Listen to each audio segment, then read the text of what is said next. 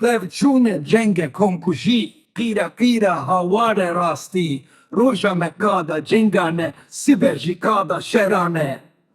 Hoy pevçûn cengê giranî, Qada şer Qada mêranî, îro Qada berxwedanê, Sibeh jî Qada azadiyê.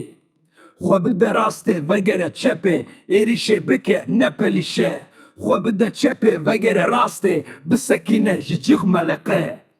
Têkoşîna me dijminê mezin, Hoy pevçûn cengê giranî, Cengewarî me neyarê zordest, Sibeh jî Qada şeran. Em bi tivingê berxwe didin, Hoy pevçûn cengê giranî, Em bi xencerê ber wan diçin, Sibeh jî Qada şeran.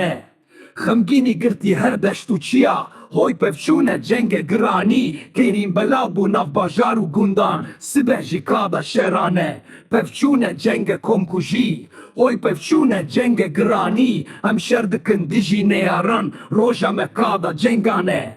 Meşûrê xwe girandî, Hoy pevçûn cengê giranî, Merim û kamçî li wan tûş kirî, Sibeh jî Qada şeran.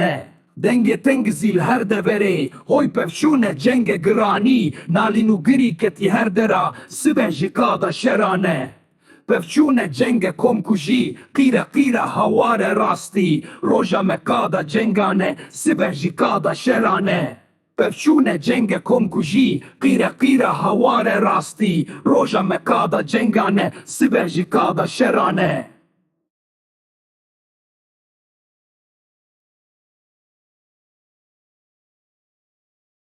Meşûrê xwe girandî, Hoy pevçûn cengê giranî.